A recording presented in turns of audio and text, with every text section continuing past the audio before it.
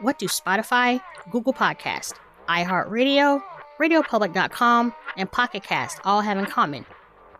Me, the Conversation Piece podcast with Aquila. So go ahead and hit that notification button. Go ahead. I'll wait. Alright, back to the show. I remember my mother told me that one of her favorite places to visit in New York was the Bronx Zoo. She loved the primate's house. She said there was a sign that read, "The most dangerous animal in the world," and as you got closer, it was a mirror, and staring back at you was your reflection. It makes you think. Sure, silverback gorillas, monkeys, chimpanzees, and even orangutans. They're thrilling to watch. But what if an actual person was held in a monkey house for days as part of an ethnological exposition, and it took the zoo 114 years to apologize for such an act?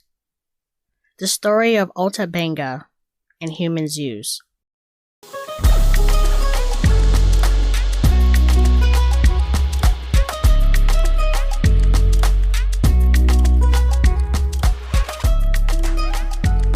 Hello, and welcome back to The Conversation Piece with your host, Aquila.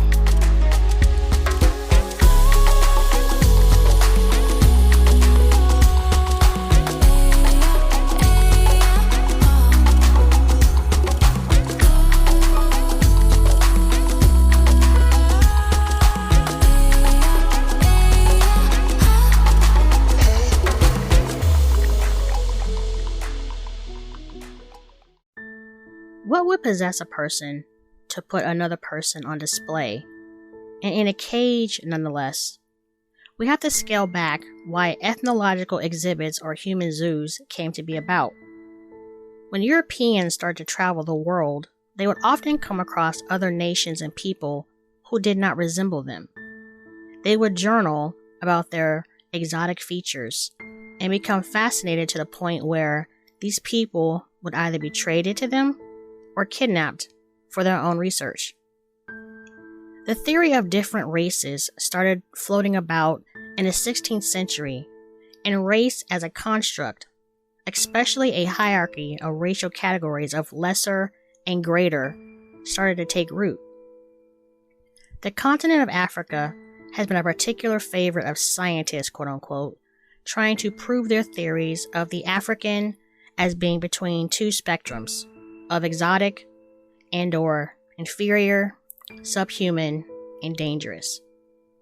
But the curiosity of indigenous races has its roots as long as colonialism, as Christopher Columbus even brought back indigenous Americans with him to Spain in 1493. Ota's story begins with the man that brought him to America, Samuel Phillips Verner, a former missionary who was commissioned by the St. Louis World Fair to bring back pygmies for one of their ethnological fairs. Verner considered an expert on pygmies at the time, as he spent several years living and studying in the Congo. It is reported that Ota was the sole survivor of his tribe, the Mbutu. His wife and kids were killed along with others in his village in a raid in 1903, and Verner purchased him from African slave traders. Ota and several other pygmies were brought to St. Louis and placed before the onlookers, who I imagine never seen such a sight. When you search for Ota online, it's striking his height, just under 5 feet, his teeth filed down to a point like claws, and his eyes, the piercing glare he gave. But there was also life behind those eyes that sear into your soul, and he had a beautiful smile. From St. Louis, Ota traveled to New Orleans, but it was in New York that his journey took a turn. In 1906, Verner brought him to the Bronx Zoo. It is reported that his entire stay there was for 3 weeks, and initially he was helping the groundskeepers, until it was decided that he would be placed in the orangutan's cage, where he was encouraged to interact and act, quote-unquote, natural, shooting a bow and arrow and such. If mud was thrown at Oda in St. Louis, imagine what awaited for him in New York. The attention that Oda was given did not sit well with him, as once again, onlookers teased him. Oda needed protection on the few occasions he was allowed to leave his cage. He was the most popular exhibit at the zoo. Oda caught the attention of Madison Grant, a eugenicist and advocate of scientific racism, known for his theory of Nordicism. He would soon have the Bronx Zoo display a sign that read, "The African Pygmy, Oda Benga, age 23, height 4'11", weight 103 pounds. Brought from the Kasai River, Congo Free State, South Central Africa by Dr. Samuel P. Werner, exhibited each afternoon during September." This did not sit well, as the outrage was loud and immediate. A Reverend Dr. Robert Stewart MacArthur of the Calvary Baptist Church in New York stated to the New York Times on September 10, 1906, quote, "The person responsible for this exhibition degrades himself as much as he does the African. Instead of making a beast of this little fellow, he should be put in school for the development of such powers as God gave him. It is too bad that there is no such society like the Society for the Prevention of Cruelty to Children. We send our missionaries to Africa to Christianize the people, and then we bring one here to brutalize him." End quote. Mr. James H. Gordon wrote the mayor, said, quote, "Our race, we think, is depressed enough without exhibiting one of us with the apes. We think we are worthy of being considered human beings with souls." End quote. Gordon would serve as Oda's guardian once the mayor pressured the zoo to release Oda from the exhibit. For a brief moment in his short life, no pun intended, one would like to believe that he would find happiness.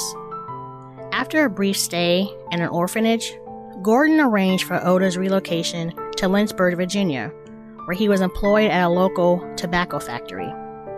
While attending the Virginia Theological Seminary College, advocates for Oda thought formal education and conversion to Christianity would prove that Africans were not of inferior intelligence. He used his height and agility at the tobacco factory to good use, as he could climb the poles to retrieve the tobacco leaves. He was popular with the co-workers, as it gave him the nickname Bingo. Assimilating into life in Lynchburg was challenging. He did make friends and had an admirer, Mary Rice Hayes.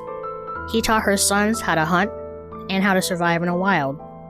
Longing for home, he tried to arrange passage back to the Congo, but the cost was expensive. He grew depressed, and on March 20th, 1916, Oda died of a self-inflicted gunshot to his chest. In 2020, a formal apology by the Wildlife Conservation Society for his exhibition in the Bronx Zoo was issued. His life has inspired countless thought and analyzation of scientific racism, exploitation of Africans in third world countries and cultures, and human zoos.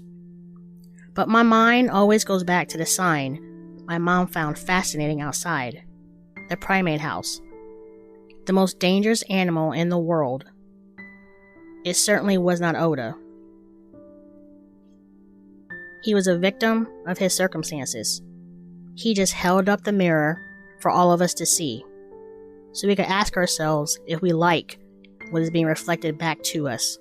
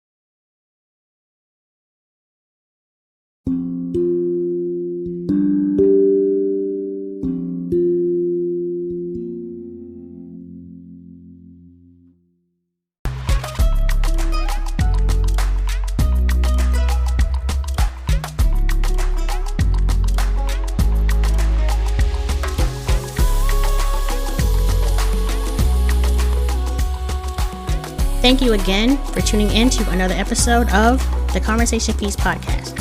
I am your humble host, Akila, requesting that you join me again. So, until then, be safe, love, and value yourself so that you can love and value others. I bid you adieu with the greeting, Assalamu alaikum, peace be with you.